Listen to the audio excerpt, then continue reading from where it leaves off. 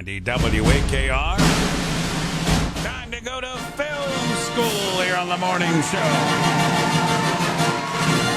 And boy, we're going to go to an action thriller here that was a huge hit in the mid-1990s. And pleased to bring him right back with us. That is film study professor Joe Fortunato with us this morning. Joe, good morning, my friend. And let's go back to the 90s with this one. Yeah, good morning, Ray. Good morning, everybody. And we are going to look at one of the preeminent action movies of the 90s. That is Speed from 1994, released June 10th, 1994. So, again, another 30th anniversary we're celebrating here. It was directed by Jan de Bont, written by Graham Yost, actually ghost-written, or rewritten, I should say, uncredited by Joss Whedon of Buffy the Vampire fame. It stars Keanu Reeves, of course, Dennis Hopper, Sandra Bullock, Jeff Daniels, and for those who aren't familiar, it's a young police officer who must prevent a bomb exploding aboard a city bus by keeping its speed above 50 miles an hour. So it's one of the great high-concept movies of all time. And in fact, it had some trouble getting made because a lot of the executives at various studios didn't believe that was even possible to make a movie out of that kind of a concept. Or this is just about a bus for 2 hours? I don't think so. So, they actually worked magic, and I'll talk a little bit more about that here in a minute. It won 2 Oscars for technical stuff, sound and sound effects editing. It was nominated for Best Editing.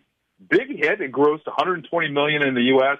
And $350 million worldwide, and against a budget, sort of a modest budget in those days of $30 million.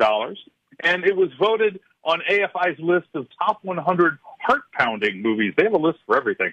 Heart-pounding movies of all time at number 99, so it's just squeaked in there. I talked about Jan de Bont, the director. This was his directorial debut. He was a cinematographer on a number of big action movies prior to this, but this was his first directorial debut. Rennie Harlin and Quentin Tarantino were offered the chance to direct, but they turned it down. Michael Bay really wanted to direct this film, and he was kind of a no-name at that point, and then he went on to direct, major big blow-em-up movies and throughout his career. So a lot of people getting their start on this.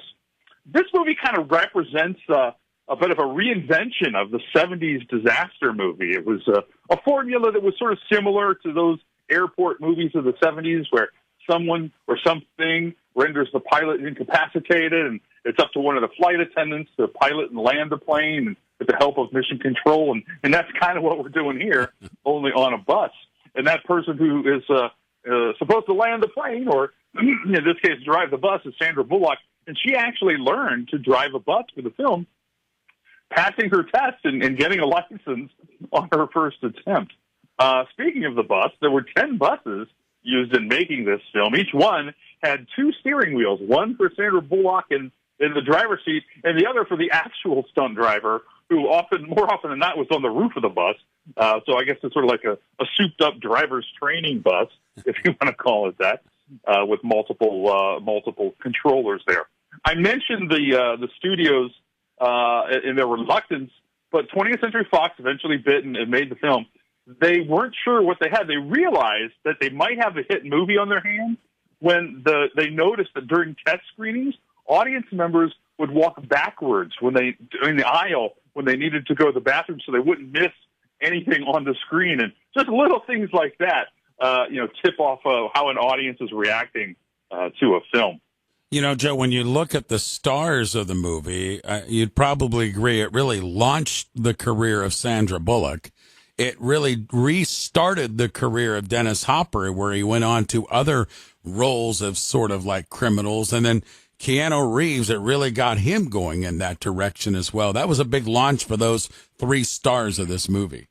Well, Fox they weren't convinced that Keanu Reeves had enough star power to front a film like this, and they were insisting on a big-name actor to star alongside of him.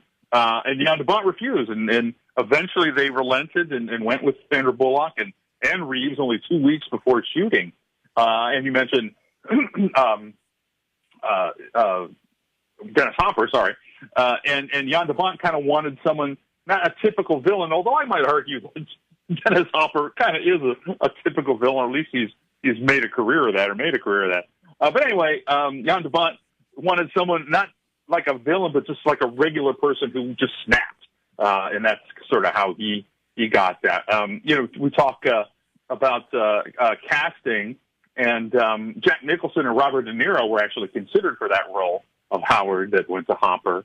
For the role of Jack that Keanu Reeves did, Richard Grieco, you remember that name from the 90s, was offered the role and turned it down. Alyssa Milano turned down the role of Annie, and she was big on Who's the Boss back then, or coming off of Who's the Boss. Meryl Streep even was offered the role and declined it. And the whole host of everybody, the who's as we normally list of that era: Schwarzenegger, Stallone, Willis, Harrison Ford, Mel Gibson, Tom Cruise. All those names were in the hopper, but eventually it went to Keanu Reeves. I like the way I like the way you used that, Joe. You got your A game going. You said in the hopper with Dennis Hopper. Well, this isn't my first rodeo. Although having a little trouble with my throat, so maybe it is. Keep going, anyway, my friend. What else you got? Talking about the bus jump scene, and spoiler alert, that's the big stunt here in the movie. That was not in the original script, and the director came up with that idea one day when he was driving around Los Angeles and noticed that a section of the I-105 freeway was missing, which was under construction at the time. And that big bus jump scene was done twice. The bus landed too smoothly the first time, and there was a bridge actually there, but that was erased digitally. And they were really only able to do that scene because the freeway was under construction, so they didn't have to shut down a freeway and deal with all the rigmarole with the city and stuff. So that sort of allowed them to do that. And and on other roads, however, that was a problem. Whenever there was a highway scene that needed to be reshot, all the cars have to return to their starting mark, and that's just sort of a logistical nightmare. One other sort of little fun tidbit: that Keanu Reeves and Sandra Bullock, they developed a secret crush on each other while filming. And who wouldn't crush on Sandra Bullock? I mean, come on. But they didn't admit that until later on separate episodes on the Ellen DeGeneres talk show, and they admitted that.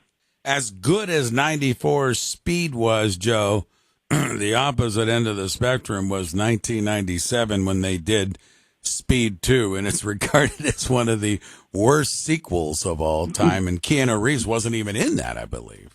No, he was not, and, then it was just on a boat. So, and it's funny because I think we talked about this long ago when we did Die Hard, and Die Hard, of course, was years before this, but sort of set off that trend of other high-concept movies. Oh, it's Die Hard in a boat. It's Die Hard in a bus. And this was actually pitched as Die Hard in a bus. I'm not sure it really qualifies as that, but that was the modus operandi of the day. There you go. Speed, 1994. If you haven't seen it in a while, it is an action thriller and one you want to put off making that sandwich in the kitchen until they're kind of done with it. Joe, good to have you back, my friend. Hopefully you had a good trip that you had out west, and we'll do it again next week. All right, I look forward to it. See you then. You got it. There you go. Joe Fortunato.